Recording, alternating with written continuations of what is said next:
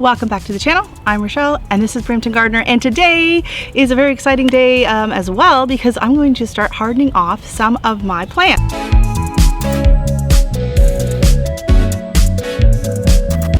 So you might be wondering, what is the hardening off process? And so that is the process where you take your baby seedlings outside very slowly in order to get them used to outdoor conditions. So the grow lights you have in the house, they might be really powerful and strong, but they are nothing compared to the UV rays from the sun. So you want to make sure that your plants can't get sunburnt. Yes, they can get sunburned. There are a lot of factors outdoors besides just the UV. You have wind, you have temperature fluctuations, you have rain. Hopefully you don't have snow, but they're all different things in an environment for the plants to get used to. And so you don't want to just take these babies that you have been, taking care of so nicely in your grow room and then just throw them out into the harsh environment. That's a recipe for disaster. So what you want to do is you want to take them out.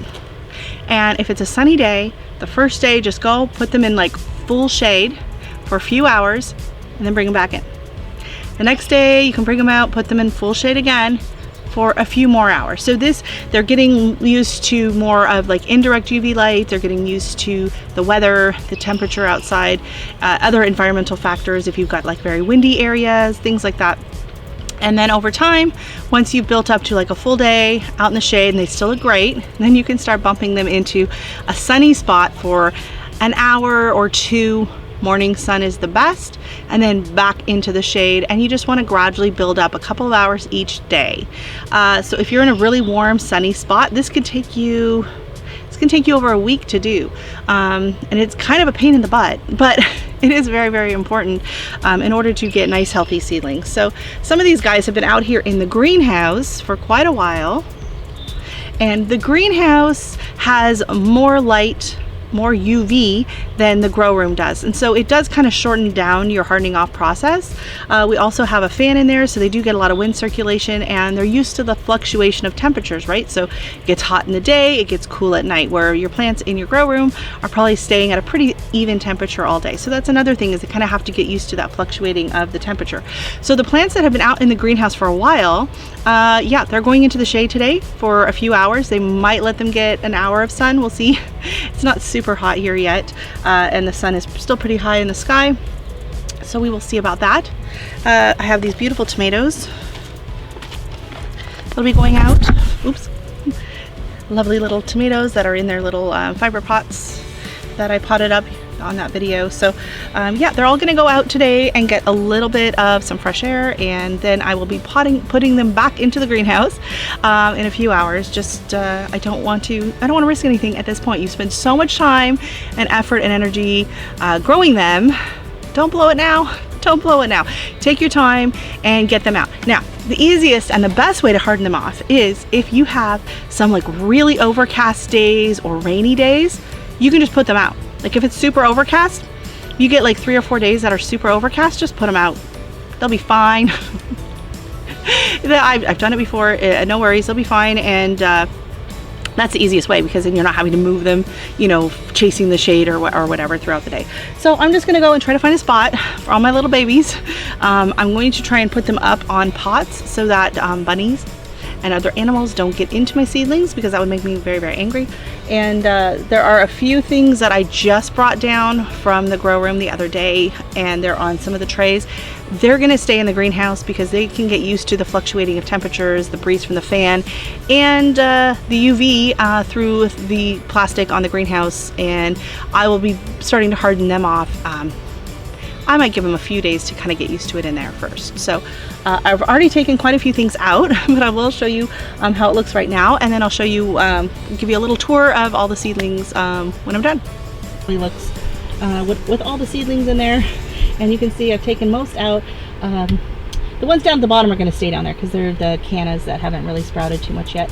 But I'm going to pull these out, and this one's going to be kind of a pain because there's a lot of big tomatoes on that, so I might have to take them off individually and carry them out. So we'll figure it out, get it sorted, and then I'll give you a quick tour. Here are the trays I was mentioning that I just brought out yesterday. So I have a bunch of my peppers here. I have my Livingston daisy and my hibiscus, and then over here I have my peas. These are the butterfly pea And then I have some garlic chives and a couple of jalapenos there. So they're gonna sit in here for a few days before I start hardening them off out in the sun. Well, the shade first, then the sun. So over here, I have some of those petunias. They're in that little tray sitting there. And then I have my, I'll move that out of the way. Here's my stacking planter. I only have the 4 tomatoes and the basil in there right now. I'm gonna add some cilantro, I think, and some of my other greens like the spinach and what else do I have? Spinach. And so then back here I have several dwarf tomatoes. We have, this is Sean. This is Mary's cherry. That is a mystery one. This one is golden balcony. Yeah, I have a couple of golden balcony. I think those are all golden balcony. Then over here, we have more tomatoes. They're supposed to be dwarf tomatoes, but they're really big. Not be going back in the grow room at all. It is way too hot for it in there. I'm just gonna be leaving this out. Cilantro can even take a bit of a freeze. They say it can take up to like 10 Fahrenheit. They can go down that low. So yeah, these are the golden balcony, because I didn't bother labeling them because they were all the same. Which made sense at the time. And then in here we have, oh, look at this beautiful tomato. We have the Tiny Tims, which are just putting out so many tomatoes. It's crazy. Oh my God.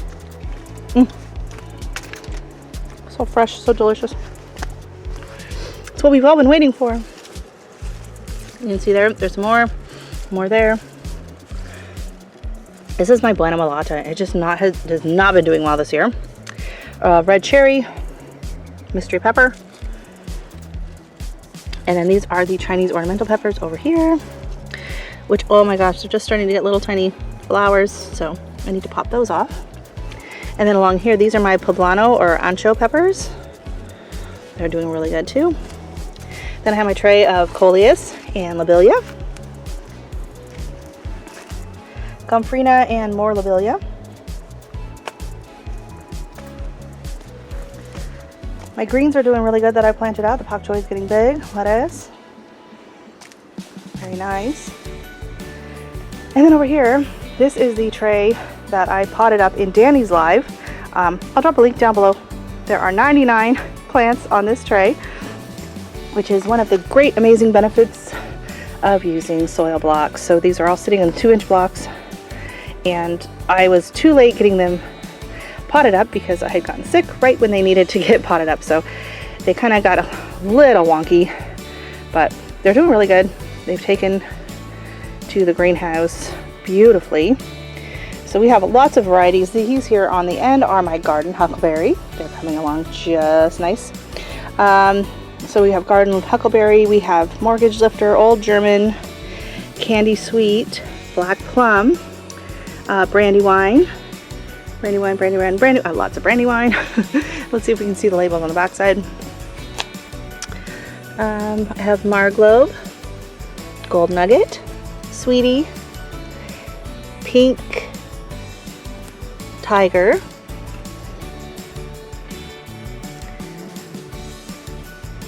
Bianca, oh, Wierzbicki, I can never pronounce that right or remember how it is, and pineapple. So those are the varieties I have in there. And then here is my tray of the, oh my gosh, this petunias. Do you remember I pinched these back? Oh my goodness, stay in your tray. So here's the coleus that I pinched. See all that new growth that's coming off of them already.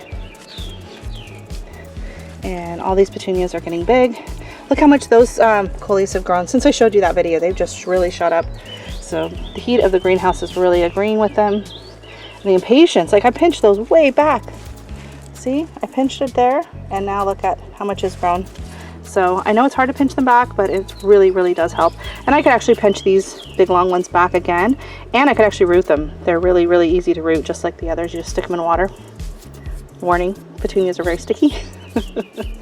So that's all of my little seedlings for now. Those are all the seedlings that I have outside in the greenhouse right now, and I do have a few more upstairs, but they're babies and I really need to monitor them. The problem with the greenhouse is the soil blocks, they can dry out really fast, so I do have to keep an eye on the little the 3/4 inch ones. They can dry out. Sometimes you need to water them twice a day. So I have, you know, their baby seedlings in there. I just showed them in the tour video the other day, and so I'm just not ready to have them out in the greenhouse in case I accidentally forget watering them or whatever or something. The 2-inch soil blocks aren't too bad. But the 3/4 inch, you really do have to keep an eye on them. But I just love how many plants and seedlings that I can cram into this space. It's incredible. So when I start planting things out, I will start doing a tally of how many of each varieties I had, and I think we're all going to be amazed how many fit into this cute little tiny DIY greenhouse. Thanks so much for watching. Bye.